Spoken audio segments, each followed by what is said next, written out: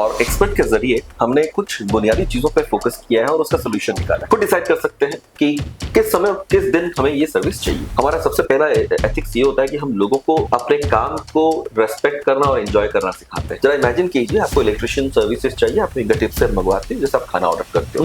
इससे ज्यादा और जिंदगी आसान कैसे हो सकती है। प्रॉब्लम्स का सोल्यूशन पे फोकस किया, उस पर रिसर्च किया कि और क्या तरीके हो सकते हैं। हमने R&D पे बहुत ज्यादा फोकस किया है। मार्केट कोई कंपटीशन है ही नहीं, कंपटीशन बोल के कोई चीज होता नहीं, तो आपकी कमजोरी दूसरे की ताकत बन जाती है, राइट। तो कंपटीशन तो तभी होता है जब आप कमजोर होते हो। उन लोगों को हमने इस प्लेटफॉर्म में काफी फोकस्ड किया है जोड़ने के लिए। देश में इकोनॉमिक कंडीशन की बात आती है या बेरोजगारी की बात आती है तो हर बार एक सहारा दिखता है, वो है स्टार्टअप। स्टार्टअप एक ऐसा चीज है जो स्टार्टअप के जरिए एक छोटा नींव रखकर बड़ा घर बनाया जा सकता है, और ऐसे कई सारे उदाहरण आज यहाँ है। हर राज्य में आपको मिल जाएंगे, हर जिले में मिल जाएंगे, देश में तो हजारों लाखों की संख्या में मिल जाएंगे, जो कि एक छोटा नींव रखकर ग्लोबल मार्केट तक पहुंच चुके हैं। ऐसे बहुत सारे उदाहरण आपको मिलेंगे और इसी जर्नी को आज हम शुरुआत करें, स्टार्टअप जर्नी, जो कि EPN न्यूज द्वारा स्टार्ट किया गया है। उससे पहले आपको बता दूं, मैं प्रफुल्ल पांडे आप सबका स्वागत करता हूं और आप देख रहे हैं एजुकेशन पोस्ट न्यूज, और हमारे साथ हैं दिव्य ज्योति मोहंती, जो कि एक्सपर्ट के CEO और फाउंडर है। तो सबसे पहले सर, स्वागत है आपका। बहुत बहुत धन्यवाद इस मंच पे बुलाने के लिए और मौका देने के लिए, अपनी बात रखने के लिए। और चलिए शुरू करते हैं फिर।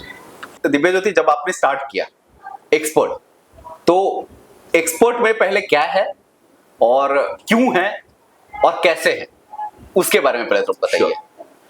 एक्सपर्ट एक्चुअली ब्रांड नेम है, जो इसके पेरेंट कंपनी का नाम है ट्रोपस्टेक प्राइवेट लिमिटेड। और एक्सपर्ट के जरिए हमने कुछ बुनियादी चीजों पर फोकस किया है और उसका सोल्यूशन निकाला है।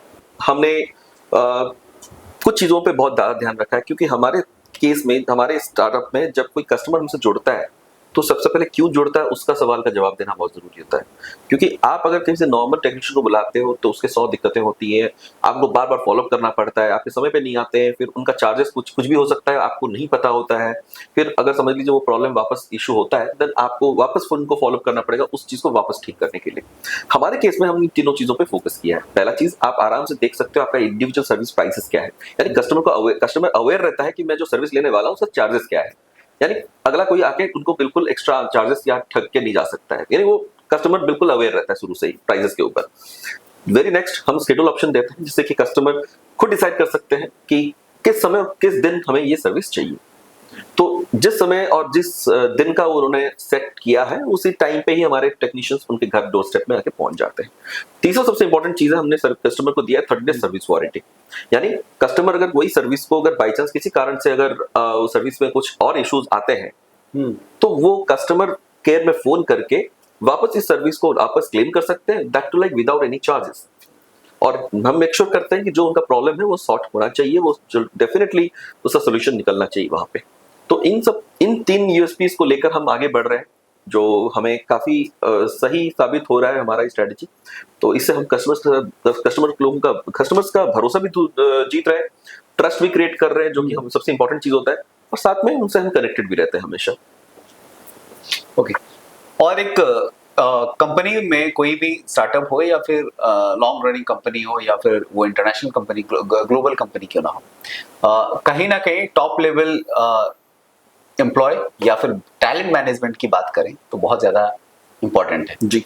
तो आप अपने कंपनी में, अपने ऑर्गेनाइजेशन में टैलेंट मैनेजमेंट और उनका ग्रोथ के लिए आप क्या क्या देखते हैं और कैसे करते हैं? जी, तो बेसिकली ये बहुत ही ज्यादा इंपॉर्टेंट, या फिर आप मान के चलिए बहुत ही मतलब आप इसे इग्नोर नहीं कर सकते हो। आपका वर्क कल्चर, आपके कंपनी में वो एनवायरनमेंट जरूरी होता है, जिसमें कि लोग आपके साथ जुड़ते हैं, काम करते हैं। सबसे पहला चीज, हमारा सबसे पहला एथिक्स ये होता है कि हम लोगों को अपने काम को रेस्पेक्ट करना और एंजॉय करना सिखाते हैं। हम बिल्कुल कहीं पे उनके डिग्रीज वगैरह पे फोकस नहीं करते हैं, जिससे कि वो सिर्फ उसी रिलेटेड रहे, क्योंकि आज का जमाना है वो टैलेंट का जो कोई आपको सिखा नहीं सकता, वो इनबॉर्न होते हैं। जैसे कि आप इतना बढ़िया एंकरिंग करते हो, right, I am very sure that कि ये कुछ आपका टैलेंट भी होगा, राइट। वैसे ही बहुत सारे लोगों के अलग अलग टैलेंट्स होते हैं, कोई क्रिएटिव में अच्छा रहता है, कोई स्ट्रेटजी मेकिंग में अच्छा रहता है, कोई प्लानिंग में अच्छा रहता है, कोई एग्जीक्यूशन में अच्छा रहता है। तो हम वो टैलेंट पे फोकस करते हैं, सबसे पहला चीज यही है। और इसी तरीके से हम उनके टैलेंट्स और उनके कैपेबिलिटीज को एनहांस करते हैं, अच्छा सा वर्क कल्चर देके और उनको अप्रिशिएशन देके। और यही होता है मेन मुद्दा जो सबसे ज्यादा इंपॉर्टेंट रोल प्ले करता है कि टीम मैनेजमेंट और टीम पे वो एक्साइटमेंट रहना चाहिए, काम अगले दिन सुबह ऑफिस में टाइम पे पहुंचना और उस जोश के साथ काम करना, ये अपने आप में एक एक्सप्लोरेशन होता है। हर एक टीम मेंबर के लिए हम एक मौका देते हैं इस सिचुएशन में, अप्रिसिएशन मैटर रखता है और जो कि हम देते भी हैं टाइटल। टैलेंट मैनेजमेंट के साथ और एक चीज बहुत ज्यादा अहम है, टैलेंट से जुड़ा बात बोले तो टेक्नोलॉजिकली बहुत ज्यादा एडवांसमेंट हो रहा है, डे बाई डे वो चीज डेवलप होता रहता है, चेंज होता रहता है। आप चूंकि टेक सोल्यूशन एक तरीके से आप उस इंडस्ट्री में भी हैं, ओके कह सकते हैं। तो आप इस दौर में टेक्नोलॉजिकल एडवांसमेंट जहाँ डे टू डे होता रहता है, इस दौर में कैसे आप सरवाइव करते हैं और क्या अडॉप्शन आप करते हैं? देखिए, टेक्नोलॉजी आपकी जिंदगी को आसान बनाने के लिए होता है, मुश्किलें बनाने के लिए, मुश्किलों पे डालने के लिए नहीं। तो आप खुद ही देखिए, सारी चीजें आजकल मोबाइल पे बहुत इजीली एक्सेसिबल हो चुका है, लाइफ काफी इजी हो चुका है। आप कपड़े खरीदें या अपने फेवरेट रेस्टोरेंट से खाना मंगवाएंगे, ये आजकल फिंगर टिप्स में होना शुरू हो गया है। कभी आपने सोचा था कि अपने नियरेस्ट होटल से आप खाना मंगवाओगे जो कि आपसे सिर्फ 100-200 मीटर दूर होगा? लेकिन आज की डेट में आप डिपेंडेंट हो उन ऐप में जो ये आपका लाइफ इजी कर देता है, राइट?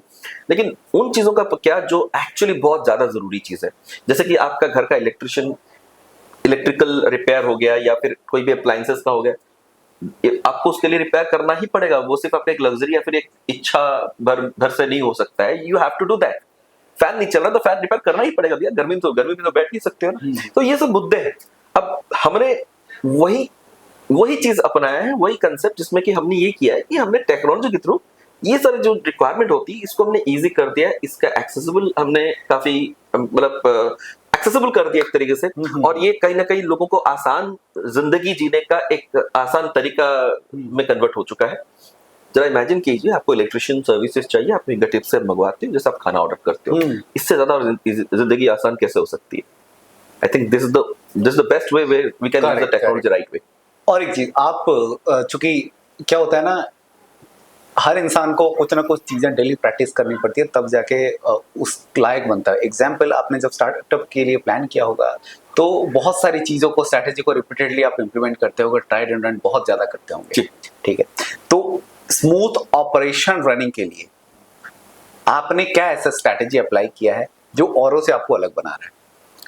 देखिए, हमने 2.5 से 3 साल बिफोर, देखिए कंपनी हमने जब इसको शुरुआत की उसके पहले 2.5 से 3 साल तो हमने यहीं पे फोकस किया कि हम इसके रिसर्च एंड डेवलपमेंट पे फोकस करें। सबसे पहले मैक्सिमम स्टार्टअप्स या मैक्सिमम कंपनीज क्या करते हैं, प्रोडक्ट बन गया, वेरी नेक्स्ट डे उसको बेचना शुरू कर देते हैं, राइट?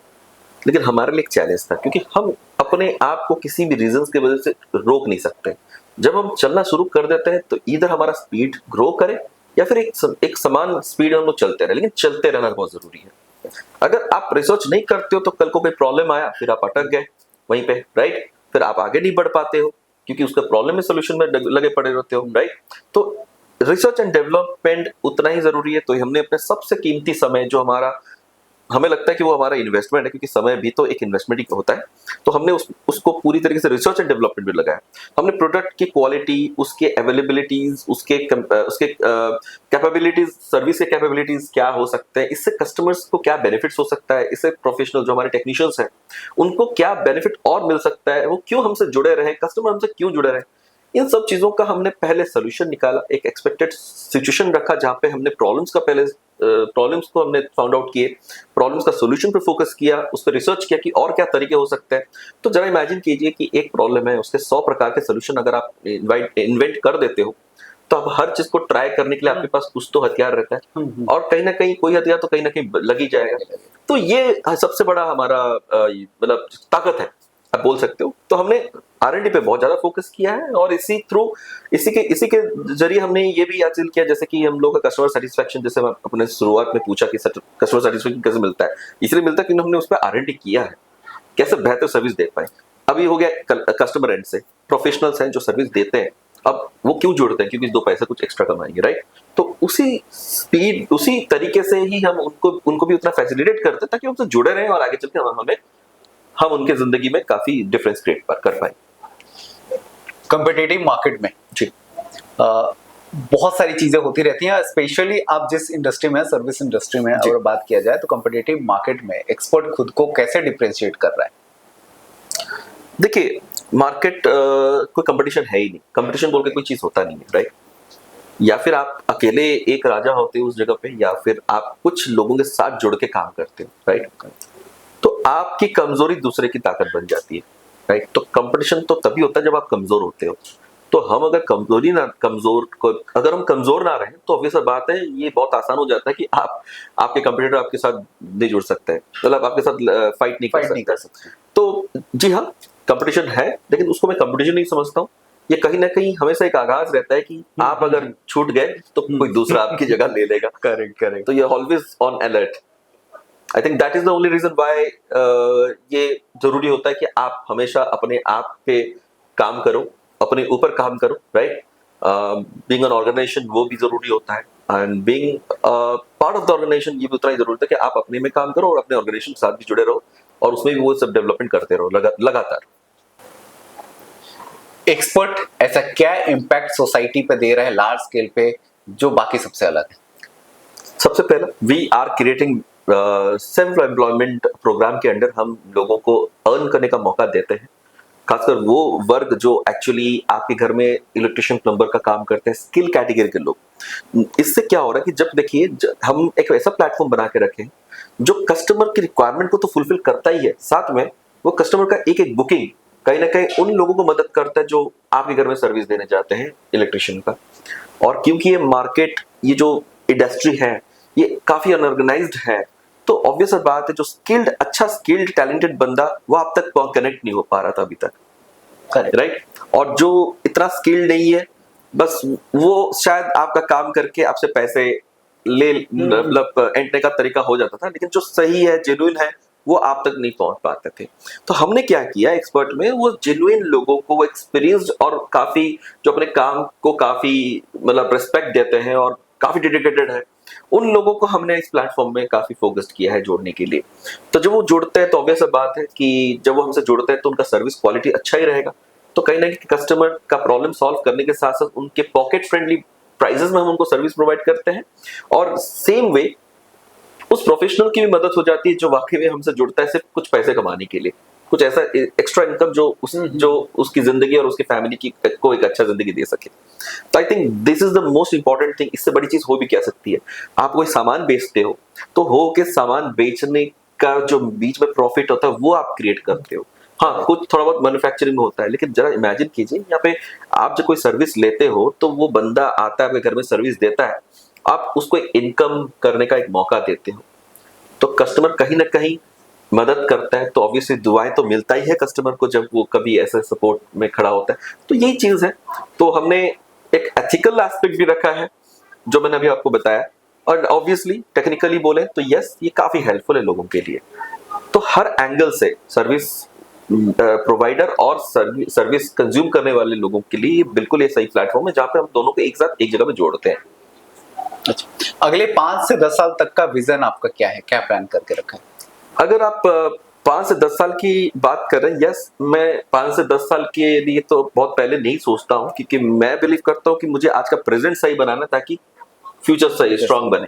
तो मेरा हमेशा फोकस प्रेजेंट पे रहता है। सबसे पहले चीज तो यही है कि आज मेरा सबसे पहला टारगेट यही रहता है कि जब भी मैं सुबह उठता हूँ सबसे पहले यही सोचता हूँ कि आज मुझे कहाँ एक्सपेंशन करने हैं, आज मुझे क्या बेटर चीजें लोगों तक पहुंचानी है, जो हमारी आज एग्जिस्टिंग है, जो हम सर्विस दे रहे हैं, जो भी हम जो कल थे, आज उससे कितना बेहतर बन सकते हैं। ये कुछ 3 एस्पेक्ट्स रहते हैं जहाँ पे मेरा हमेशा फोकस रहता है। और हाँ, रही बात अगर एक्सपर्ट को देखने के लिए, तो आज हम वैसा प्लान डेली करते हैं ताकि अगले 1 साल के अंदर हम कम से कम 15 से 16 या 17 शहरों में हम अपना सर्विस और एक्सपैंड कर लें, और इसके थ्रू, इस एक्सपेंशन के थ्रू हम अपने आप को ये क्लेम कर सकते हैं कि हम ओडिशा के पहले ही स्टार्टअप बनेंगे जो कि हाइपर लोकल मार्केट पे काम कर रहे हैं, और ओडिशा के पहले स्टार्टअप जो कि पूरे देश के लिए बना है। ओडिशा का पहला स्टार्टअप जो पूरे देश के लिए बना है, वो ज्यादा इंपॉर्टेंट रोल प्ले करता है। काफी अच्छा लगा दिव्यज्योति आपसे बात करके, और आपकी जो सोच है काफी सराहनीय है, और एक ऐसा सोच और एक ऐसा ब्रांड जिससे हजारों लोग जुड़ के अपना खुद का कमाई, अपना लाइफस्टाइल भी चेंज कर रहे हैं। तो ये है एक ऐसा युवा की कहानी जिन्होंने कुछ ऐसा चीज बनाया जिससे मतलब लोगों को सर्विस तो मिल रहा है, उसके साथ साथ जो प्रोफेशनल है वो भी अपने आप को बहुत अच्छे से संजो रहे हैं। तो ऐसे ही कुछ खास वीडियोस के लिए हमारे साथ बने रहें। तब तक के लिए मैं प्रफुल्ल पांडे इजाजत लेता हूं। तब तक के लिए नमस्कार, धन्यवाद।